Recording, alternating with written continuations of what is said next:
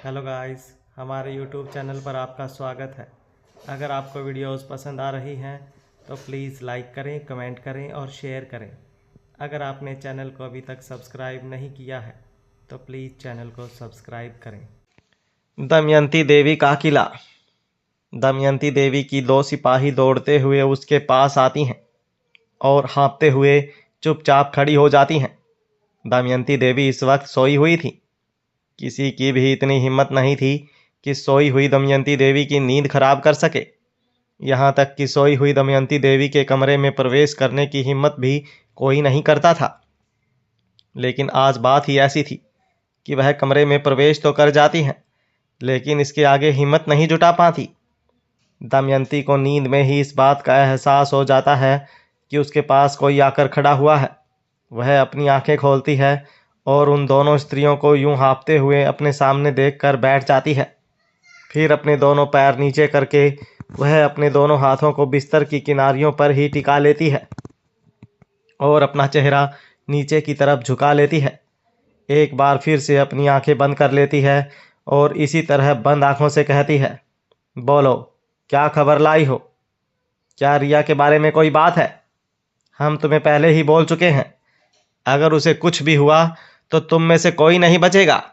इसलिए जो भी खबर है बहुत सोच समझ कर सुनाना। वह दोनों स्त्री डर से कांप रही थी, लेकिन जिस खबर को देने के लिए वह यहाँ तक दौड़ती हुई आई थी उस काम को इन्हें पूरा करना ही था। अब उन दोनों में से एक स्त्री कांपती हुई आवाज में कहती है, वह माँ साहब मीडिया में दिखा रहे हैं। इसके आगे वह कुछ नहीं बोल पाती। अब दमयंती देवी अपना चेहरा ऊपर करते हुए कहती है, क्या दिखा रहे हैं? दोनों में से किसी की हिम्मत नहीं होती कि कोई कुछ आगे बोल सके। सोकर तुरंत उठने की वजह से इस वक्त दमयंती देवी का मन एकदम शांत था। वह अपनी जगह से उठती है और रिमोट से अपने कमरे में लगे हुए टीवी स्क्रीन को ऑन करती है। पहले ही न्यूज चैनल पर एक भयंकर एक्सीडेंट की तस्वीरों के साथ दिखाया जा रहा था। जाने माने युवा नेता योगराज भैया का एक्सीडेंट होना एक सामान्य घटना नहीं है। पिछली 2 रातों के अंदर ही हमने 2 युवा नेताओं को खो दिया है और दोनों ही मृत्यु बेहद रहस्यमयी है। युवा नेता योगराज की मृत्यु एक खौफनाक एक्सीडेंट से हुई है, लेकिन सोचने वाली बात यह है कि जिस कार में वह बैठे थे उस कार का इस तरह से चकनाचूर हो जाना एक विश्वास करने योग्य बात नहीं है। आप तस्वीरों में इस गाड़ी को देख सकते हैं। इस तरह की कंपनियां जो करोड़ों रुपए की गाड़ी बेचती हैं उसमें सेफ्टी और सिक्योरिटी की गारंटी होती है। यह कीमत गाड़ी की नहीं बल्कि इसी गारंटी की वसूली जाती है। इस गाड़ी में इस तरह की घटना का होना एक सामान्य बात नहीं है, क्योंकि इससे पहले ऐसा कभी देखा या सुना नहीं गया है।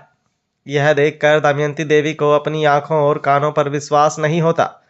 जब दमयंती देवी चैनल बदलती है तो दूसरे चैनल पर बताया जा रहा था, वैसे तो इस घटना पर विश्वास नहीं किया जा सकता, लेकिन विश्वास करना होगा। इस पर विश्वास करना इसलिए आवश्यक है क्योंकि यहाँ मौजूद लोगों ने इसे होते हुए अपनी आंखों से देखा है कि किस तरह से यह महंगी बुलेट प्रूफ गाड़ी सरियों के अंदर घुस गई और गाड़ी के सभी शीशे चकनाचूर हो गए। इस गाड़ी का पूरा सिक्योरिटी सिस्टम फेल हो गया। दमयंती देवी एक बार फिर से न्यूज चैनल बदलती है तो दिखाया जा रहा था, यहाँ मौजूद लोगों से यह खबर सुनने को मिल रही है कि इस एक्सीडेंट के तुरंत बाद ही युवा नेता योगराज और उनके खास कार्यकर्ता गजेंद्र पाल ने दम तोड़ दिया। पहले गजेंद्र पाल की मृत्यु हुई और उसके कुछ ही मिनट बाद भैया जी योगराज की भी सांसें छूट गईं। बेहद ही दुखद घटना है। दमयंती देवी रिमोट को टीवी की स्क्रीन पर दे मारती है। अब तक यह खबर रुद्रमा देवी के पास भी पहुंच चुकी थी। वह भी यहाँ दमयंती देवी के कमरे में पहुंच जाती है। जब वह दमयंती देवी को रिमोट को फेंकते हुए देखती है तो सारी बात समझने में ज़रा देर नहीं लगती। अब वह यहाँ आने के बाद दोनों स्त्रियों को हाथ से चले जाने का इशारा कर देती है। दोनों स्त्रियां सिर झुकाकर वहां से चली जाती हैं। रुद्रमा देवी दमयंती देवी से पूछती है, योगराज इतनी जल्दबाजी में कहाँ जा रहा था कि वह इस तरह भयंकर दुर्घटना का शिकार हो गया? क्या तुम्हें पता चला कि उसकी गाड़ी से पासपोर्ट और टिकटें भी मिली हैं? इतना कहने के बाद वह 2 पल चुप रहती है और दमयंती देवी के प्रत्युत्तर का इंतजार करती है। जब दमयंती देवी कोई जवाब नहीं देती तो वह आगे पूछती है, क्या तुमने योगराज को किसी खास मिशन पर जाने के लिए कहा था? इस बार दमयंती देवी बिना किसी देरी के रुद्रमा देवी को जवाब देती है, यह दुर्घटना नहीं है, बल्कि एक गहरी योजना के तहत योगराज को मारा गया है। क्योंकि हम रिया को यहाँ लेकर आए हैं, इसीलिए बदले में अनिका और रोहित ने सोच समझ कर बदला लिया है। लेकिन हैरानी की बात यह है कि उनमें इतनी हिम्मत कैसे आई, यह जानते हुए भी कि उनकी प्यारी और इकलौती बेटी हमारे कब्जे में है। इसके बाद भी वह योगराज के साथ ऐसा व्यवहार कैसे कर सकते हैं? रुद्रमा देवी दबी आवाज में कहती हैं, कहीं ऐसा तो नहीं कि वह योगराज का सच जान चुके हों? अब दमयंती देवी जवाब देती है, नहीं, ऐसा कभी नहीं हो सकता। जिसे कोई नहीं जानता उसे वह कैसे जान सकते हैं? फिर एक पल खामोश रहने के बाद वह अपने माथे पर हाथ रखती है और कहती है, अगर वह इस राज तक पहुंच सकते हैं तो समझ लो हमारे पास अब ऐसा कुछ भी नहीं जो उनसे छिप सके।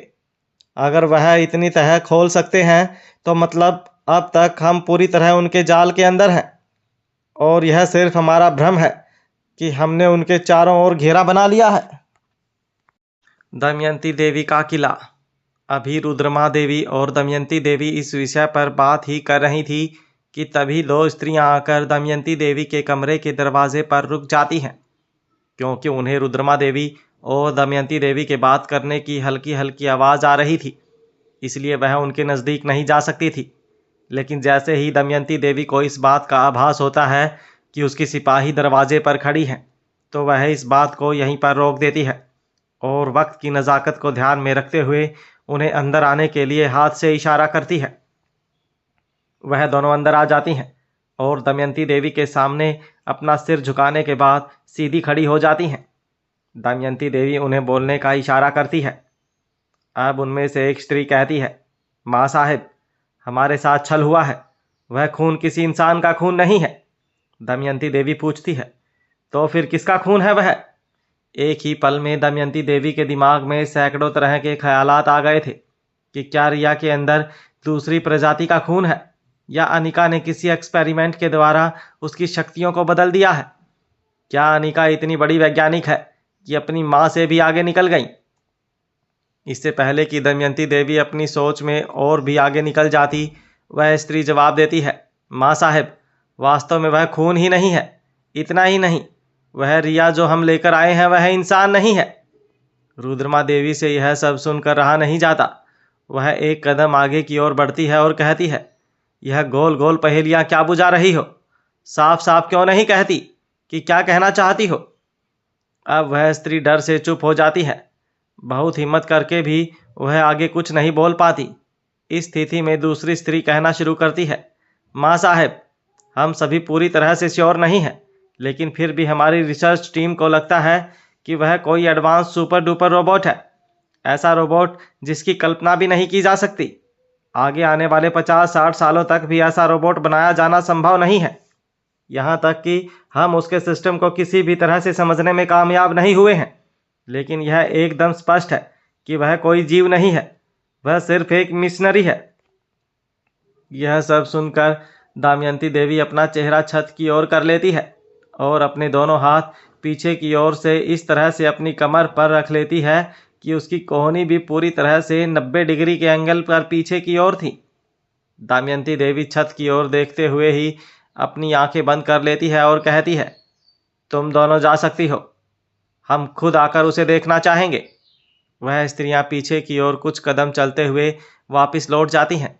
दमयंती देवी अभी भी उसी स्थिति में खड़ी थी और 1-2 मिनट तक इसी तरह खड़े रहने के बाद वह अपने हाथों को नीचे कर लेती है।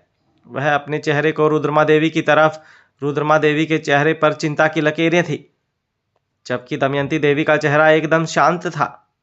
वह कुछ कदम चलकर अपने बिस्तर पर बैठ जाती है और रुद्रमा देवी को भी बैठने के लिए इशारा करती है। रुद्रमा देवी वहां रखी हुई कुर्सी पर बैठ जाती है। अब दमयंती देवी कहती है, अब समझ आया कि उन्होंने योगराज को क्यों मार दिया, क्योंकि वह जानते हैं कि हम उनकी बेटी का कुछ नहीं बिगाड़ सकते, क्योंकि हमारे पास उन दोनों की बेटी है ही नहीं। रुद्रमा देवी चिंतित स्वर में कहती है, अब हम क्या करेंगे?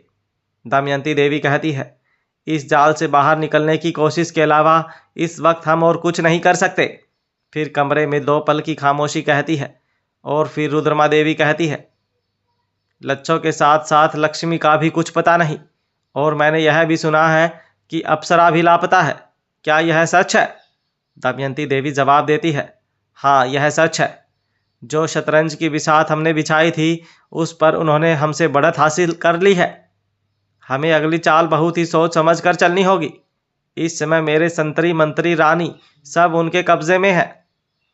दमयंती देवी की बात का मतलब समझने में रुद्रमा देवी को जरा देर नहीं लगती। यह सुनकर रुद्रमा देवी का चेहरा पीला पड़ जाता है और वह घबराते हुए कहती है, तुम्हारे कहने का मतलब है कि इतना कहकर वह चुप हो जाती है। दमयंती देवी उसकी बात को पूरा करती है, हाँ तुम सही समझ रही हो। लच्छो लक्ष्मी और हमारी अप्सरा मेरी बचपन की दोस्त यानी कि सौम्या उनके कब्जे में है। अब रुद्रमा देवी से रहा नहीं जाता और वह पूछती है, हम उन्हें कैसे छुड़ाएंगे? दमयंती देवी कहती है, योगराज की मौत इस बात का संकेत है कि हमने कुछ भी करने की कोशिश की तो वह उन तीनों को भी खत्म करने में देर नहीं लगाएंगे। जब वह हमारे बेटे को खत्म कर सकते हैं तो बाकी प्यादे उनके लिए कोई बड़ी चीज नहीं। रुद्रमा देवी आगे पूछती है, तो फिर अब? दमयंती देवी रुद्रमा देवी के चेहरे की तरफ एक टक देखते हुए कहती है, सौदा। या तो वह लोग हमारे साथ सौदा करेंगे या फिर हमें आगे बढ़कर उनके साथ सौदा करना होगा। धीरे धीरे सुबह हो चुकी थी, रात बीत चुकी थी, बाजी पूरी तरह से पलट चुकी थी। अनिका इस खेल में बहुत आगे निकल आई थी, लेकिन अभी भी कुछ राज ऐसे थे जिनसे या तो अनिका पूरी तरह से अनजान थी या फिर जिनसे अभी पर्दा उठना बाकी था। दमयंती देवी यह तो जानती थी कि अनिका इस खेल में उससे आगे निकल चुकी है और वह पूरी तरह से जाल में फंस चुकी है, लेकिन वह यह नहीं जानती थी अनिका उससे कितनी आगे है। क्या वह अनिका से खुद को बचा पाएगी? वह अमर बूटी तक पहुंचेगी या अमर होने से पहले ही हमेशा के लिए अमर हो जाएगी?